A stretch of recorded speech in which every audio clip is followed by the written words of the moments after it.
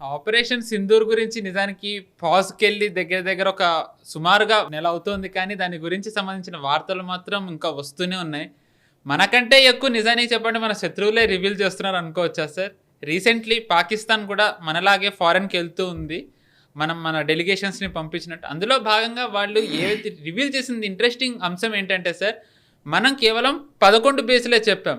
కానీ పాకిస్తాన్ ఇంకా ఎక్కువ బేస్‌లు భారత్ అటాక్ చేసిందని చెప్పింది. దీన్ని మనం ఎలా చూడాలి సార్? ఇది యాక్చువల్‌గా మనం చూస్తే గనక ఈ జరిగింది ఆపరేషన్స్ 3 రోజులే. 3 గాని 3.5 రోజులు అనుకుందాం.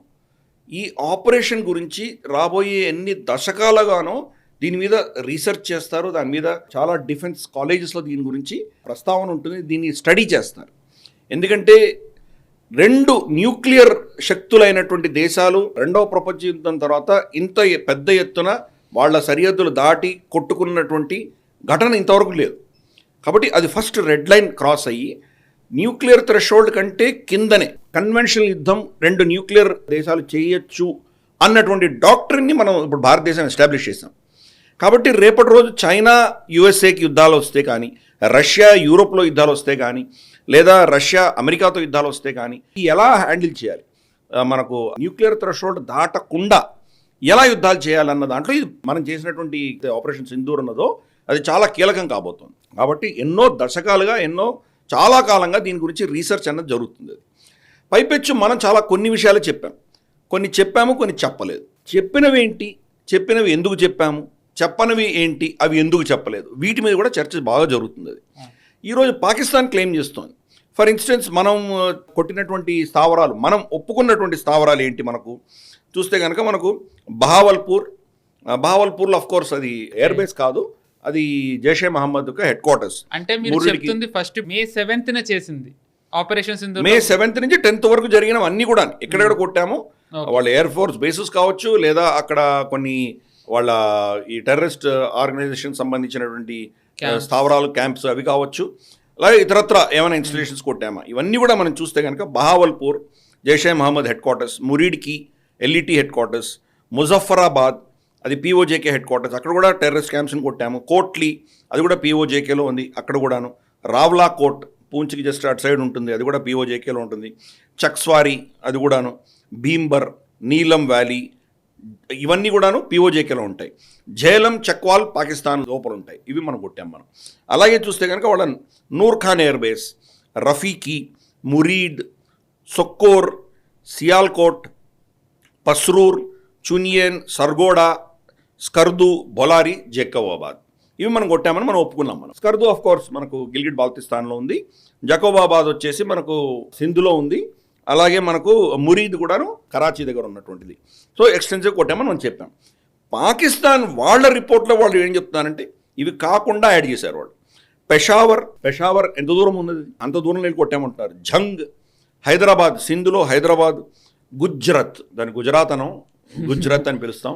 యాక్చువల్గా గుజరాత్లో పార్టీషన్ అప్పుడు చాలా భయంకరమైనటువంటి నరసంహారం జరిగింది. అక్కడ విపరీతంగా మన సిక్కులని, హిందువులని చంపారు అక్కడ గుజరాత్. ఇది జస్ట్ బోర్డర్కి చాలా ఒక 100 కిలోమీటర్ దూరంలోనే ఉంటుంది అది. అలాగే మనకు బహావల్పూర్ వేరే, బహావల్ నగర్ వేరే. అలాగే అటాక్, మనకు స్వతంత్ర పోరాటం అప్పుడు కూడా మన వాళ్ళు చెప్పిన నినాదం ఏంటంటే అటక్ సే కటక్ తక్ భారత్ ఏకే అనేవాళ్ళు.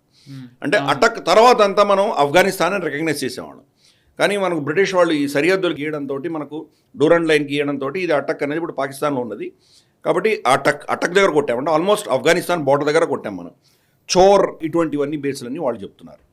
ఇది భారతదేశం నుంచి మనకి కన్ఫర్మేషన్ రాలేదు. క్రొనాలజీ చూసుకున్నట్టయితే మామూలుగా అమిత్ షా గారు అన్నట్టు ఆ క్రొనాలజీ సంజయ్ అని 16 సర్జికల్ స్ట్రైక్స్ వాళ్ళు ఒప్పుకోలేదు. 19లో చేస్తే మీరు అసలు ఎవరిని చంపలేదు, అక్కడ పిట్టల్ని వీటిని మీరు చెట్లని పుట్టల్ని కాల్చారు తప్ప మీరు చేసింది ఏం లేదని. ఇక్కడ వీళ్ళు మనం చేసింది తక్కువ అయితే వాళ్ళే ఎక్కువ చెప్తున్నారు. అంటే ఏంటి సార్ ఇది, అసలు అప్పుడంతా ఒప్పుకోలేదు, ఇప్పుడు లేదు మీరే ఇంకా దాస్తున్నారని చెప్పి ఎవ్వరూ నిజానికి ఇలా చెప్పుకోరు. అంటే దీని వెనక పాకిస్తాన్ ఏమన్నా స్ట్రాటజీ ఉందా, లేకపోతే ఏంటి సార్, ఎలా చూడాలి? తప్పకుండా ఆ స్ట్రాటజీ ఉందేమో అన్న అనుమానాలే వస్తున్నాయి. అందుకనే మన దగ్గర నుంచి క్లారిఫికేషన్ వచ్చేంత వరకు వాళ్ళ క్లెయిమ్స్ మనం యాక్సెప్ట్ చేయకూడదు. ఓకే, వాళ్ళు బహుశా ఇవన్నీ పేల్చేసి మళ్ళీ వెళ్ళి చైనాని, అమెరికాని పైసలు అడగడానికి వాళ్ళు ఏమైనా ఒక స్కీమ్ వేస్తున్నారా, ఇవన్నీ కూడా మనం అర్థం చేసుకోవాలి. ఎందుకంటే వాళ్ళు ఒక రెంటియర్ స్టేట్, వాళ్ళను కిరాయికి పెట్టుకున్నటువంటి ఒక దేశం, అది అంతకంటే ఏమి లేదు అది. కాబట్టి ఎవరు ఎక్కువ పైసలు ఇస్తే వాళ్ళ దగ్గర వెళ్తారు. ఇవన్నీ దెబ్బతిన్నాయి, మీరు ఇవి కనుక మాకు పైసలు ఇవ్వకపోతే మా న్యూక్లియర్ బాంబులు పలానా వాడికి ఇస్తామని చెప్పి బెదిరించడం, అంతకంటే ఇంకేం లేదు. కాబట్టి అటువంటిది ఏమైనా చేస్తున్నారా అని ఒక అంశం. రెండవది, నిజంగా భారతదేశం కొట్టి ఉండవచ్చు, మనం బహుశా స్ట్రాటజీగా చెప్పలేదు, మనం కొన్ని విషయాలు చెప్పలేదు. ఫర్ ఇన్స్టెన్స్ బేసెస్ గురించి మనం చెప్పాం, కానీ ఏ అసెట్స్ని కొట్టామన్నదాన్ని చాలా ఆచితూచి వ్యవహరించాం మనం. టర్కిష్ డ్రోన్స్ అని చాలా స్పష్టంగా చెప్పాం మొదటి రోజే. రెండవ రోజు ఏం చెప్పాము, చైనా మేడ్ వెపన్స్ అని చెప్పాం మనం. అమెరికా గురించి ఏం మాట్లాడలేదు. అమెరికన్ మేడ్ మనకు F-16 కావచ్చు, వాళ్ళ రెడార్స్ కావచ్చు, లాక్హీడ్ మార్టిన్ సంబంధించి వాళ్ళ రెడార్ స్టేషన్స్ కావచ్చు, దీని గురించి మాట్లాడలేదు. ఇంకా సాబ్ది కూడా మనం ఏం చెప్పలేదు, స్వీడన్ చెప్పలేదు. ఏవాక్స్ గురించి మనం ఏం మాట్లాడలేదు. నీ అడిగినప్పుడు మనకు భారతి గారిని, DGAO భారతి గారిని అడిగినప్పుడు ఆయన ఏం చెప్పారు, some high technology assets have been taken out అన్నారు. ఎన్ని ఎయిర్ క్రాఫ్ట్స్ని ఎరగొట్టాము ఏంటి మనం చెప్పదలుచుకోలేదు, ఎందుకంటే దానివల్ల రిపర్కషన్స్ చాలా ఉన్నాయని మనకు తెలుసు. అలాగే కొన్ని ఫర్ ఇన్స్టెన్స్ మనకు కిరాణా కావచ్చు, లేదా మనకు చగాయి హిల్స్లో కావచ్చు, మనం కొట్టినటువంటి ఏవైతే ఉన్నాయో ఆఫీషియల్గా మనం యాక్సెప్ట్ చేయలేదు. భారతి గారు ఏం చెప్పారు, ఏమో మాకు తెలియదు, ఆయనే నవ్వుతూ అన్నారు, నాట్ హిట్ కిరాణా హిల్స్ అని చెప్పి నవ్వారు ఆయన. కరెక్ట్. అంటే దీని వెనకాల ఏంటి మరి, ఎందుకంటే ఈ రెండు ప్లేసెస్లో కొట్టింది పాకిస్తానే కాదు, అమెరికా దెబ్బతింది. అక్కడ అమెరికన్ అసెట్స్ ఉన్నాయా అని ప్రశ్నలు వస్తున్నాయి. ఎందుకంటే ఈ అటాక్ అవ్వంగానే ఇమ్మీడియట్గా సీజ్ ఫైర్ కోసం వాళ్ళు పరిగెత్తొచ్చారు. అంటే మరి పాకిస్తానే వచ్చిందా, లేదా పాకిస్తాన్ని సీజ్ ఫైర్ కోసం కోరమని అమెరికా పంపించిందా? ఎందుకంటే అమెరికా సీక్రెట్స్ ఏమైనా బయటపడతాయని భయం వాళ్ళకి వచ్చిందా? ఇవన్నీ ప్రశ్నలు ఉన్నాయి, మనకు స్పెసిఫిక్ ఆన్సర్స్ లేవు. రాబోయే రోజుల్లో ఇవి వస్తాయి. అందుకే నేను చెప్తున్నాను కదా, ఈ 3 రోజుల యాక్షన్ ఏదైతే ఉందో చాలా కాలంగా దీని గురించి చర్చలు జరుగుతాయి. ఇప్పుడు ఎలాగైతే మనకు ఇజ్రాయెల్ ఎంటబీ ఎయిర్పోర్ట్లో వాళ్ళు ఎలా వెళ్ళి వాళ్ళని తీసుకురాగలిగారు, అది ఇప్పుడు కూడా మనం చర్చిస్తున్నాం. అలాగే మనకు పేజర్ బాంబ్స్ వాళ్ళు ఎలాగైతే హెజ్బుల్లా అని వాళ్ళు ఎలా కొట్టగలిగారో, అలాగే ఇప్పుడు మన యుక్రెయిన్ డ్రోన్ అటాక్ ఎలా 4500 కిలోమీటర్స్ లోపల చేయగలిగారో, ఇటువంటివి కొన్ని ఐకానిక్ అటాక్స్ ఉన్నాయి. అలాగే మనకు సెకండ్ వరల్డ్ వార్లో కూడా మనకు రొమ్మెల్ ఏం చేశారు, మనకు అల్ అమీన్లో ఎలా జరిగింది, మన సెయింట్ పీటర్స్బర్గ్లో ఎలా వీళ్ళ ఫోర్సెస్ ఓడిపోయాయి, హిట్లర్ ఫోర్సెస్, ఇవన్నీ కూడా మన చరిత్రలో నిలిచిపోయినటువంటి యుద్ధాలు. వాటిల్లో ఈ ఆపరేషన్ సింధూర్ కూడా ఉండబోతోంది. ఎందుకంటే మనం చెప్పినవి ఎందుకు చెప్పనివి ఎందుకు చెప్పలేదు, ఇది కూడా పెద్ద రీసెర్చ్ జరగబోతోంది. కాబట్టి అలాగే బహుశా మనం రాబోయే రోజులు కొన్ని రివీల్ చేసేటువంటి అవకాశాలు ఉన్నాయి. డైరెక్ట్గా ప్రభుత్వం రివీల్ చేయకపోవచ్చు. ఈ ఆపరేషన్స్లో పనిచేసినటువంటి వాళ్ళు రిటైర్ అయిన తర్వాత వాళ్ళ మెమోయిర్స్ రాయడము, లేదా వాళ్ళు ఏదో డిబేట్స్కి వచ్చి మాట్లాడడం, ఇటువంటి మనం చాలా బయటకు వస్తున్నాయి. ఫర్ ఇన్స్టెన్స్ ఇప్పుడు సర్జికల్ స్ట్రైక్ సంబంధించి హూడా గారు ఎవరైతే ఆయన అప్పుడు ఆపరేషన్స్ ఇన్ఛార్జ్ ఉన్నారో, నార్దర్న్ కమాండర్ ఉన్నాడు, ఆయన బయటకు వచ్చాక చాలా విషయాలు ఆయన తర్వాత చెప్పారు. దాంట్లో 16 ముందర వరకు అసలు ఏం జరగలేదు ఇలాంటిదని. కరెక్ట్. మహా అంటే ఏదో జస్ట్ బార్డర్ క్రాస్ చేసి వాళ్ళని కొట్టొచ్చాం అంతే, కానీ ఇంత దూరం వెళ్ళి ఇంత చేసింది ఏం జరగలేదు అని చాలా స్పష్టంగా చెప్పారు. ఇన్ఫాక్ట్ ఆయన కాంగ్రెస్ పార్టీకి ఆయన కొంత టెక్నికల్ ఇన్ఫర్మేషన్ ఇవ్వడము, వాళ్ళకి ఎలక్షన్ అప్పుడు వాళ్ళకి కొంత సాయం చేసినట్టు మనకు తెలుస్తుంది. అంటే బీజేపీ తరపున మాట్లాడే వ్యక్తి అయితే కాదు, అయినా కానీ కూడా చాలా విషయాలు చెప్పారు ఆయన. అలాగే మనకు అప్పుడు ఆపరేషన్ మేఘ్దూత్కు సంబంధించినవి ఇప్పుడు ఇంకా తెలుస్తున్నాయి సీక్రెట్స్. అలాగే మనం ఎలాగైతే గవర్నమెంట్ పర్మిషన్ లేకుండానే మన వాళ్ళు వెళ్ళి అక్కడ దౌలత్ బేగ్ ఓల్డీలో మనం రన్వేని ఎలా రీయాక్టివేట్ చేశాము, చాలా విషయాలు తర్వాత వస్తాయి. చరిత్ర జరుగుతున్నప్పుడు తెలిసేది కొంత మాత్రమే ఉంటుంది. చరిత్ర అయిపోయిన తర్వాత దాని విశ్లేషణ, దాన్ని రీసెర్చ్ చేసినప్పుడు చాలా విషయాలు బయటపడతాయి. అందుకని ఈ 3 రోజుల యాక్షన్ అన్నది చిన్న విషయం కాదు, చాలా విషయాలు బయటకు వస్తాయి. పెషావర్లో ఎందుకు కొట్టాం మనం, పెద్ద ప్రశ్న ఇది. ఎందుకంటే పాకిస్తాన్ 3 రోజుల్లో రెండవ రోజు వాళ్ళు ఏం చెప్పారంటే ఆఫ్ఘనిస్తాన్లో కొట్టారని చెప్పి వాళ్ళు ఒక నెరేటివ్ బిల్డ్ చేసే ప్రయత్నం చేశారు. అప్పుడు ఆఫ్ఘనిస్తాన్ డిప్యూటీ ఫారెన్ మినిస్టర్ భారతదేశానికి వచ్చాడు. అతను వచ్చినప్పుడు చాలా స్పష్టంగా ఇద్దరి జాయింట్ స్టేట్మెంట్, ఆఫ్ఘనిస్తాన్లో ఏం కొట్టలేదు అని మనం చెప్పాం. అంటే ఈ అటాక్ తర్వాత మనకు పెషావరు ఇటువంటి ప్రాంతాలు కొట్టినవన్నీ కూడా ఆఫ్ఘనిస్తాన్ ఖాతాలో వేసే ప్రయత్నం పాకిస్తాన్ చేసింది. అప్పుడు మరి ఇప్పుడు అడ్మిట్ చేస్తున్నారా, ఎందుకు అడ్మిట్ చేస్తున్నారు, మనం చెప్పకపోయినా వాళ్ళు ఎందుకు అడ్మిట్ చేస్తున్నారు, ఇవన్నీ కూడా రాబోయే రోజుల్లో మనకు డీటెయిల్స్ తెలుస్తాయి. కానీ తప్పకుండా చాలా ఎక్స్టెన్సివ్గా కొట్టామన్న విషయం మాత్రం అందరికీ తెలుసు. శాటిలైట్ ఇమేజెస్ కూడా వాళ్ళు దాచుకోలేనటువంటి పరిస్థితి. బాలాకోట్లో వాళ్ళు ఏం చేశారంటే ఇమ్మీడియట్గా ఒక షీట్ లాంటిది వేసేశారు. కాబట్టి స్పైస్ బాంబ్ ఏదైతే వేసామో అది 3 ఫ్లోర్స్ పెనిట్రేట్ అయ్యి లోపల వెళ్ళి డెటనేట్ అయింది. లోపల ఉన్న వాళ్ళు ఎవరు బతకలేదు, కానీ ఆ చిన్న హోల్ ఏదైతే ఉందో దాన్ని వాళ్ళు బూట్ చేయగలిగారు. కాబట్టి శాటిలైట్ ఇమేజ్లో తర్వాత దొరకడం చాలా కష్టమైంది. మొదటి రోజు ఉన్న శాటిలైట్ ఇమేజెస్తోనే మనం చూడాలి. కానీ ఇప్పుడు అలా కాదు. మనం ఇన్ఫ్యాక్ట్ డ్రోన్ ఫుటేజెస్, తర్వాత మన నేత్ర, ఏవాక్స్, తర్వాత మన శాటిలైట్ ఇమేజరీ కంటిన్యూస్గా మానిటర్ చేస్తున్నాం. బాంబు పడుతున్నప్పుడు కూడా మనం లైవ్ రికార్డింగ్ కూడా మనం చూపించాం. బిఫోర్ అండ్ ఆఫ్టర్ కూడా యాక్చువల్లీ మన వాళ్ళు చూపిస్తూ వచ్చారు. కరెక్ట్. సో ఇంత ఎవిడెన్స్, ఓవర్వెల్మింగ్ ఎవిడెన్స్ వచ్చేసరికి వాడు తప్పించుకోలేనటువంటి పరిస్థితి ఈరోజు మనం చూస్తున్నాం. ఓకే. అందుకని ఈ మొత్తం ఆపరేషన్ సింధూర్ అన్నది 3 రోజులే జరిగిన యాక్షన్.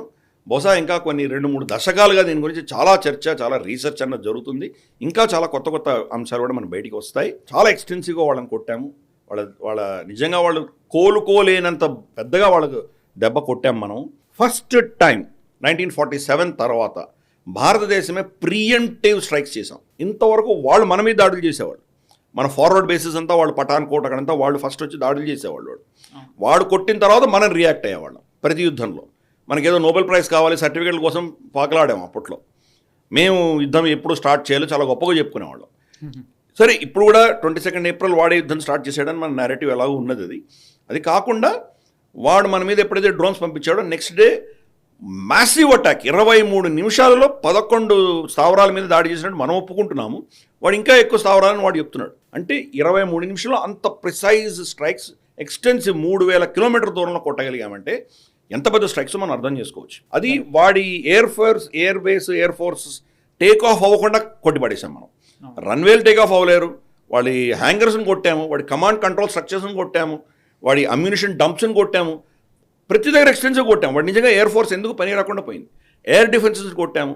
కాబట్టి మనం వీరవిహారం చేసాం. అక్కడికి ఈ మన మిజైల్స్ వెళ్తుంటే వాడు చూస్తూ ఊరుకున్నాడు, అందుకని నేను చేయలేకపోయాడు. అందుకే కొంతమంది అంటారు శివతాండవ స్తోత్రం కూడా అందుకే పెట్టారు.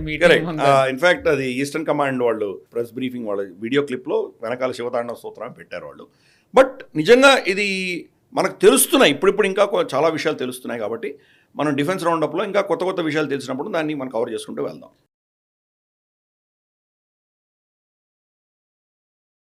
ఈ వీడియో మీకు నచ్చినట్టయితే లైక్ చేయండి, 10 మందికి షేర్ చేయండి. అలాగే కామెంట్ల రూపంలో మీ అభిప్రాయాలను మాతో పంచుకోండి. Nationalist hub group of channels ను సబ్స్క్రైబ్ చేసుకుని తెలుగునాట జాతీయవాద జర్నలిజాన్ని ప్రోత్సహించండి. ఈ వీడియో కింద ఉన్న బెల్ ఐకాన్ పై క్లిక్ చేయడం మర్చిపోవద్దు.